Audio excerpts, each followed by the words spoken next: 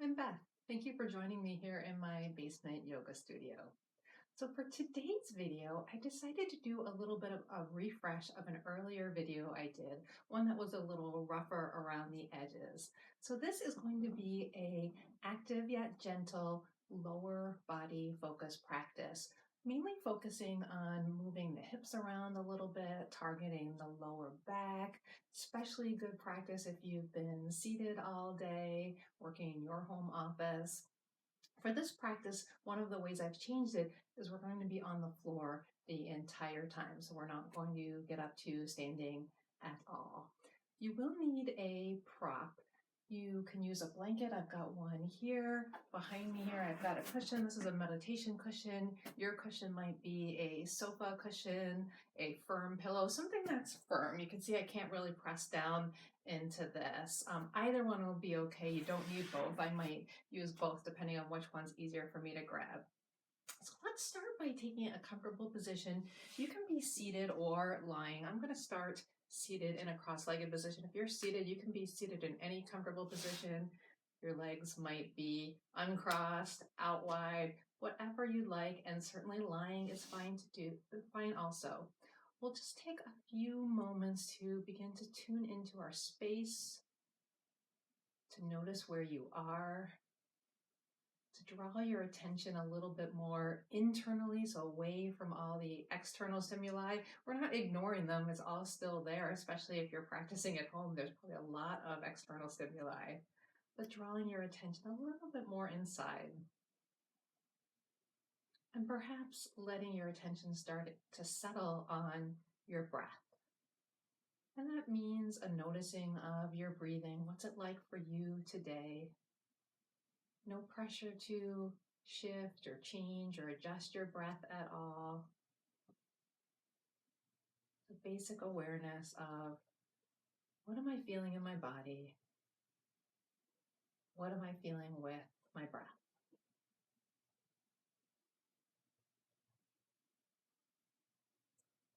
And as you go through that observation, if it's easier for you, if it's comfortable, you might choose to close your eyes, or you can keep them open. Either option is fine.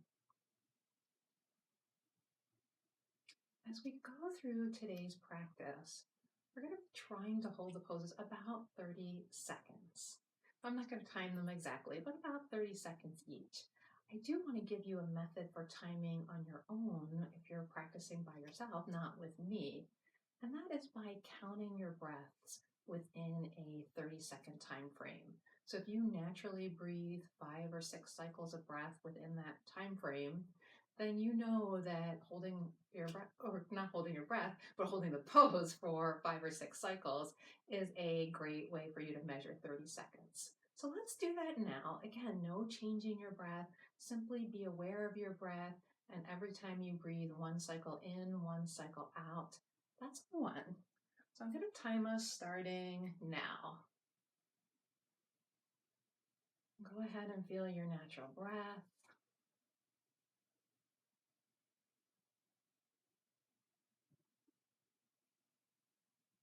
Enjoy your breath as we do this little exercise in counting.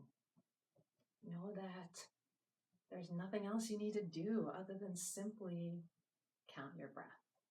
A few more seconds. That's it. Stop. So however many that was for you, I tried to count for myself, but talking made it a little difficult. I think it's about 4 or 5 cycles for me. It can vary somewhat. Sometimes our breathing is slower or faster, and that's fine too. That's a way for you to measure where you are in your own practice when you're practicing on your own, which I definitely encourage you to do. All right, so I'm going to move to a kneeling position, hands and knees. So I'll turn around to the side. And as you set yourself up on hands and knees, if you need more cushion under your knees than I have, you can in fact place your blanket under your knees. We're not going to use that yet. You can double up your mat, whatever it takes for you to be comfortable. We want to find a position with the knees under the hips, the fingers spread wide, and the hands about under the shoulders, but you might be more comfortable with them a little further ahead, a little bit further out. That's fine. Everybody's body is shaped differently. you'll notice that my back is relatively flat, like a tabletop. This is sometimes called tabletop position. That doesn't mean I don't still have the natural low back curve, but I'm not exaggerating it. I'm allowing the back to be flat, even though my spine has curves. And then we'll take those curves more deliberately by moving into cat-cow. So first, as I breathe in, I'll let my front body sink toward the ground, making a big hammock shape in my back. So now I am exaggerating that curve, looking forward to whatever extent is comfortable. And then as I exhale, I draw everything in, point the tailbone down, arch my back, forming a big rainbow shape. So a few times like that, feeling your breath in your body as you move. And if one or other of these positions gives you a better stretch on your low back and hips, maybe this one, maybe the other one, pause there, perhaps holding for 1 or 2 breaths. Maybe you hold for 30 seconds. Or you can continue to flow back and forth between the two. It's up to you.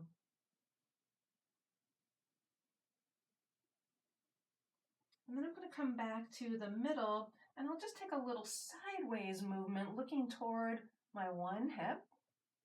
So I'm a little bit of a crescent shape to my side body, and then I'll flip that over to the other side. And you can keep moving your back, maybe some circles or some other movement feels better. Take up these last few moments to move in whatever way feels like a comfortable warm-up stretch for your spine. Again, everyone is shaped differently. We have different tightness, different needs. And then when you're ready, come back to your tabletop. If you have to adjust, go ahead and do that. And we'll take one leg. I'm going to take the leg that's closest to you, out behind you. Tuck the toes under for a moment. There's a nice little bonus calf stretch in there. And then keeping your torso facing toward the mat, so I'm not opening up toward you. Lift the leg any amount that you can lift it where you feel as you're lifting the entire leg as one piece. So sometimes we go like this, or we, again, turn the leg out. Lifting from one piece will help concentrate that movement in the glutes and give you a bit of stretch in your low back, or build some strength in your low back. So that's why I'm pointing the toes down. I'm trying to really engage my upper hamstring. And again, you might be floating here. This might be plenty of work for you. Wherever you go, it's not about height. In fact, height is going to take it out of my low back because I'm moving the stretch more into my leg. And then release that, and we'll switch to the other side. First, tuck the toes under. Give yourself a nice little calf stretch. For most people, that feels really good. And then thinking about lifting the leg as one piece, that might mean even more so from the inner thigh. Start to float it up any amount, pulling it away from your body as you do that. So feeling as if your leg is kind of getting longer, pushing your heel away, finding the place where it takes a little bit of work and engagement in really the top of your butt, and then your low back is strengthening too. All right, when you're ready, float that down and release. I'm going to come down to lying on my belly. You might like to have a blanket under your head. You can also rest your head in a little diamond shape on your hands, whatever's comfortable for you. Keep your head facing down toward the mat though, even though I'm going to be turning to take a look at you. So we'll stretch out long. And so this is how you can have your head down. You can also have a little bit of a headrest there. I'm going to be a little bit more propped up just because I want to look at you. So we're going to repeat the leg lifts, same concept, but in this position, you're really not going to be able to go as high with the leg. So again, I'll take the leg that's closer to you, start to lift and really think about engaging that movement from my glute muscles. And I'm only going to lift a little bit. So again, I don't want to lift high. That might cause me to bend my knee or overly arch my back. I lift just enough where I feel the glutes engaging and strengthening. And all those muscles back there are connected, so that's going to help me strengthen the low back as well. I'm going to hold for a few seconds and then set that down. And other side, and you can do what we did kneeling and tuck your toes and lengthen a little bit first. And then lift the leg one piece.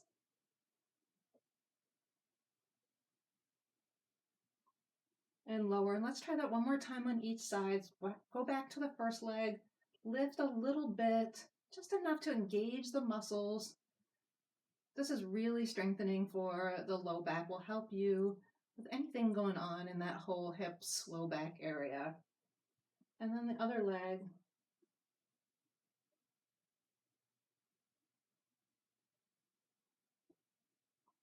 And then release. I'm going to roll onto my side.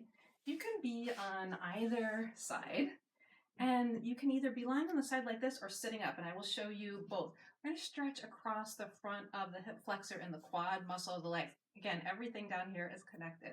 So I'm going to reach my top leg back, grab it with my hand. If you can't grab it with your hand, that's fine. You can loop a leash or any kind of rope, a yoga strap around it. If you have a pants on, you can grab your pant leg. Any of those things is fine. I like doing it this way because for most of us, it's a little easier to reach our leg lying down. So the position of the bottom leg doesn't matter so much, however you can support yourself. Once you get a hold of your top foot, pull it toward your bottom and then gently push this part forward. So that's where we're looking for the stretch. And I can really feel this. My hip flexors tend to get very tight. For a lot of us, that's an area that is connected to some low back pain. You can also come all the way up to seated this way. If you can balance yourself. So if this is more comfortable for you to do it like this, you can play around with that and see where do you get a better stretch.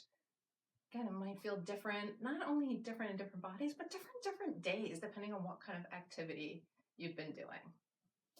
All right, so hold a few more breaths here. This can feel like a really nice one to hold for a little bit longer, maybe even a whole minute rather than 30 seconds, but you know how to time that once you have timed your breath to 30 seconds. And then I'll shift up, shift to the other side, and I'll show you both of those options on the other side as well. So lying down, I like to prop up on my elbow, but you could also be all the way down if that's preferable to you. I prefer to grab the ankle actually than the foot, because then I'm not overly torquing the foot. So when I'm propped up here, I find that I have actually a little bit more control over my lower leg. I can push a little bit forward at my hip. I like this stretch a little better. And actually this is a nice bonus. I'm feeling it in my side, my oblique muscles, even a little bit back to my QL muscle on my back. That's another area that can be a trigger in back pain. Or again, you can sit up and do some version of this stretch wherever you are. Remember, this is a functional practice, which means we're looking for a feeling in our bodies. We're not looking for how the pose looks. All right, so a few more breaths. And then you can release that leg. I'm going to shift around again to seated on, actually maybe I'll shift around.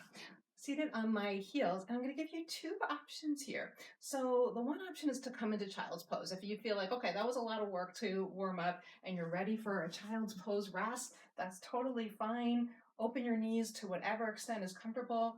Hinge forward from your hips. You could do child's pose just like this with a little bit of a hinge. You could have more of a hinge. Rest your head on your arms. You can grab that blanket. So any of those versions is fine. Or if you like that front hip flexor stretch and want a little more there, you can lean back and then lift your hips and bottom off your heels any amount. You'll very likely feel that in the front of your thighs and your hip flexors a little bit more. So it's kind of an extra bonus stretch in that front area. And then you can breathe. And we'll see if we can hold this for about 30 seconds. Or you might be holding your child's pose during that time, tuning in with your breath, giving yourself pause and rest, another really important part of the practice. All right, and then gently let that down. So now we're going to come to lying on our backs. And this is where you will need your prop, either your blanket or your firm cushion. I'm taking my blanket that is folded. Usually yoga blankets are folded in about a rectangle. I don't know about every other blanket. I'm going to take that and make it a smaller rectangle. And then I'm going to make it a little, I would say square, but it's not really a square, but more like yoga block size. So I have maybe 5 or 6 inches of height, but it's really a firm height. And that's about the same thing that I would get if I was using my cushion as well. The height doesn't matter so much. Whatever works for you, as long as it feels firm. It's going to be under your sacrum, just under your waistline area. So I'll lean back. And then once you're lying back, you'll push into your feet just enough so that you can take that prop and slide it right under that area. So hopefully your prop is soft enough to feel comfortable. We're looking for that little bit of height, a little bit of lift to our hips. If it's not comfortable, if it feels like it's digging into your waist, most likely it needs to move closer down to your feet. So you might slide it a little bit more under your sacral area, that's at the bottom of your tailbone, toward your feet. Then as long as you feel comfortable and stable, draw your knees in toward your chest. This might cause you to shift around on the blanket. Maybe you'll need to readjust. Knees into chest. And with knees into chest, we'll practice wave breathing. Wave breathing is simply moving our pelvis a little bit, kind of tucking and untucking as we breathe. So as I breathe in, you'll see my knees move away from me as my breath flows in. My pelvis starts to point down toward the ground, or my tailbone starts to point down to the ground. And then as I exhale, I tuck my tail, bring my knees in. So this is wave breathing. We'll do this a few times. Inhale, knees away. So my arms come to straightening. They have to be straight. Exhale as I bend my arms, draw my knees closer, scoop or tuck my tailbone, round my tailbone, however you want to think of it. A few more times like that. And just like we did with cat-cow, because you'll notice this is sort of a similar movement, it's just localized more to your pelvis rather than your whole spine. If there is an area, one version of this or the other, that feels like that's the stretch you need today, then stay in that position and hold.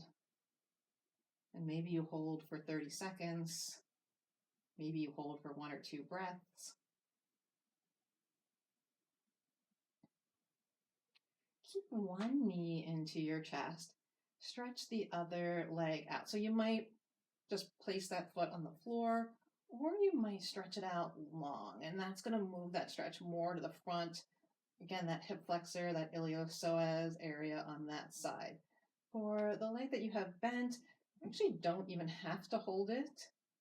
If you can comfortably reach your leg, you might be holding somewhere on the thigh, on the shin, wherever is comfortable. You can do a little bit of a movement here, gentle circle. And let's hold here for a few breaths. Sometimes when we're feeling things, we're kind of have this tendency in our society, right, to rush through things, right, to rush through whatever sensation is there, to move on to the next thing. Sometimes just pausing and holding is the best thing we can do for ourselves. And we'll stay here. We'll take the leg a little bit across the body. We're not going into a twist or a rotation. I'm just drawing my knee maybe 3, 4, 5 inches so that some of the stretch comes a little bit more into this area, the outer hip, the IT band, the abductor area. And you might notice it whether your knee is less in toward your chest, more in toward your chest. So you can certainly play around with finding the position like, oh yeah, that's my sweet spot. That's where I feel it. And then holding there. 1 or 2 more breaths.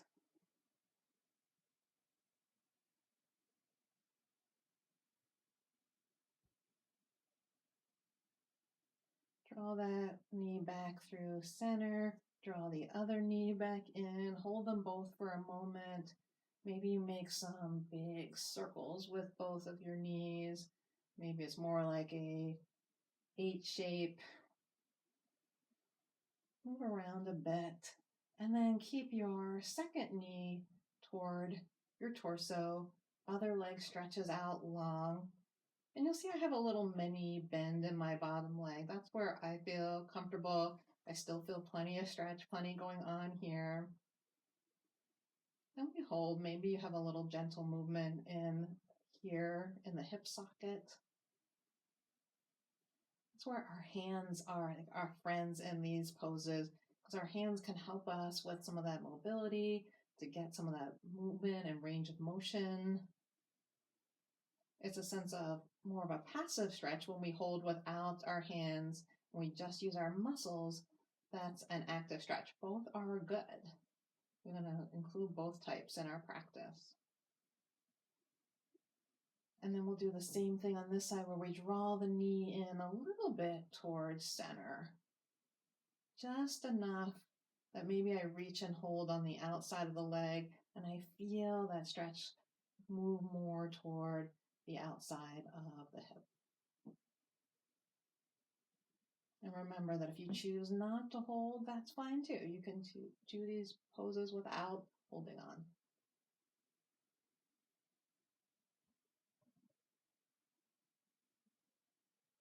One more breath here.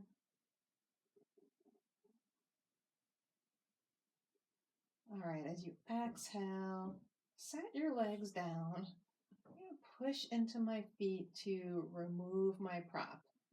Draw it out of the way. Actually, I'll draw it out to the side. We are still going to use the prop for the next pose. So in fact, I think I'll sit up so I can show you how to set that up. We're going to be doing a reclined figure four or a reclined pigeon. We're going to be doing this nice and passively using the prop under the foot. So I'm going to slide the prop so that it's on my mat so I can place my bent leg foot right on it. And you'll see as I lie back down. So my bottom foot is going to be on the prop. My top foot is going to come across, the ankle is going to be over the thigh, the knee is going to open out. So most of you who practiced yoga before have probably done some version of this. Again, it's called figure four. It's also a reclined pigeon pose. We're passively opening this whole area rather than drawing or pulling our leg into the chest. We're just letting the prop under our foot do that work for us.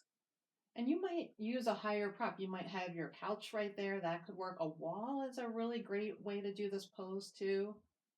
Can feel really nice doing it with the bottom foot on the wall.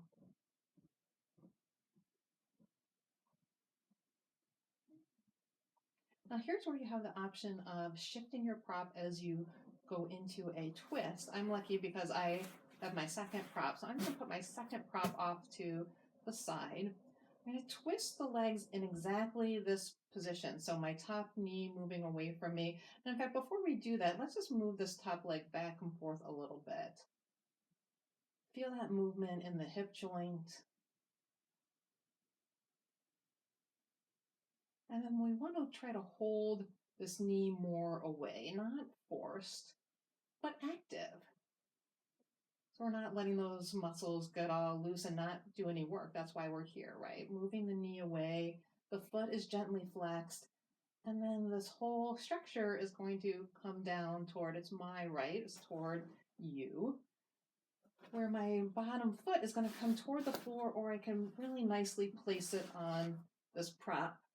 I can look up or in the opposite direction, maybe stretching out my arms in a cactus. Now you might find you don't need this other prop, that your foot comes comfortably to the floor. And this is actually a little bit too much of a stretch for me right now. It's morning. This is the first activity I've been doing. So I like the prop. And we'll hold here with the prop for a few more breaths. Or without if you didn't like the prop.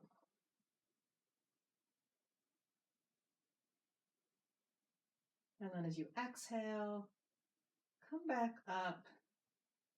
Maybe you wiggle the knee a little bit. And then release. Take your feet wider than your mat. It's fine if you still have your block or your blanket in between your feet. And windshield wiper your knees back and forth a little bit. So both of the legs go to one side. They don't have to travel at the same rate.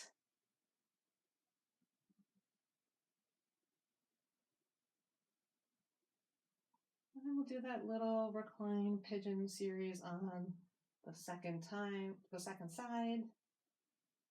So you either shift your prop or your body over a bit so that your bottom foot can once again find the prop, top foot, ankle over your thigh, knee gently moves away from your body, foot, a gentle flex to your foot. The second side may feel different for you than the first. You might find that maybe your knee doesn't want to move as far away from your body. Maybe there's more tightness, more constriction on this side. Maybe it's in a slightly different position because we're actually shaped a little differently from left to right. We're not exactly the same.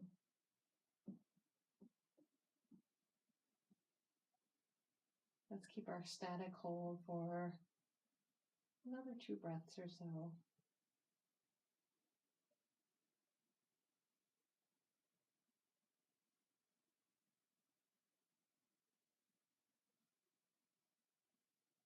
And like we did on the first side, move your knee forward and back a few times, feeling that motion in your hip joint,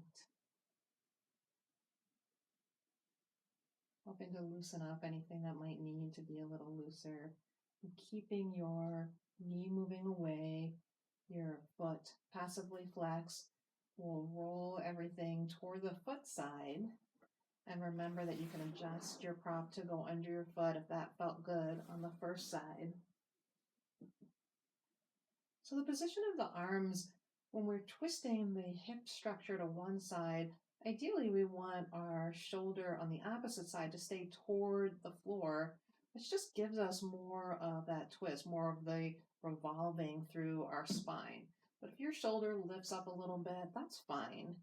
That's where, in fact, you can direct your attention is to allowing that shoulder to relax and move back toward the floor. The position of your arms, you might like them overhead, diamond shape, cactus. It's all fine.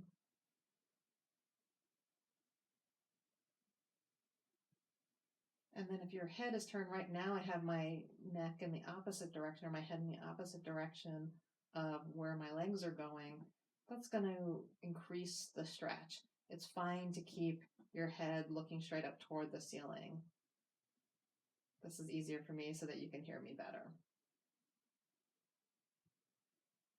All right, one more breath on this side. And then come back up through center. Again, take your feet at least as wide as the mat, maybe wider, around that distance, and do a little windshield wiper back side to side.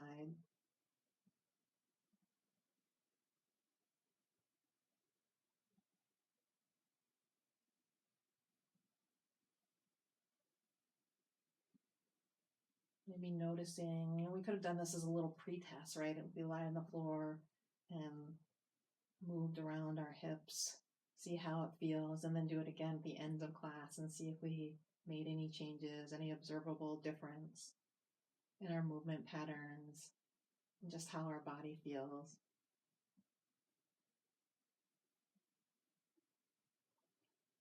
As we reach the end of practice, I encourage you to spend a few minutes in rest. So I'm going to give you an option for using the prop one more time if you'd like. This is, again, optional. In fact, I'll show you 2 ways to do it. So sliding it back under your hips. So this is a supported constructive rest. Sometimes this is called a supported bridge pose. This is a wonderful place to rest. You can really let your whole hips and pelvis. Just melt over the prop. Close your eyes or keep them open and breathe here for a minute, 5 minutes if you have longer. If you'd like to take a little mildest of inversions before you go into that, you can again draw your knees into the chest and this time send your legs up toward the ceiling. This is like legs up the wall without the wall, sometimes also called L pose. I really love how this feels. If you get your prop into the right position, you can feel like you're just floating in the lower body, and it can feel great if you not only if you've been seated all day, but if you've been on your feet all day. This reverses the blood flow in a very nice passive way. Of course, you can do this up against the wall, but if you don't have a clear wall handy, this is a lovely way to practice. And you can practice with bent knees as well, feet on the wall or shins resting on a chair or a couch.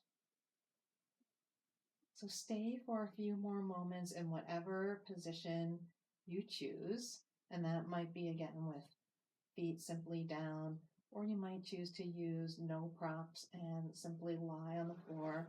I'm going to roll up to seating, back to seated. So I hope you found this lower body practice to be helpful and effective. I have an upper body practice as well that I'll link to right up here if you want to try that practice too. Please let me know in the comments if there's anything else that you would like me to offer. I'm really open to trying to offer practices that you would find helpful for doing at home. Have a good rest of your day. Stay healthy and well. Take care.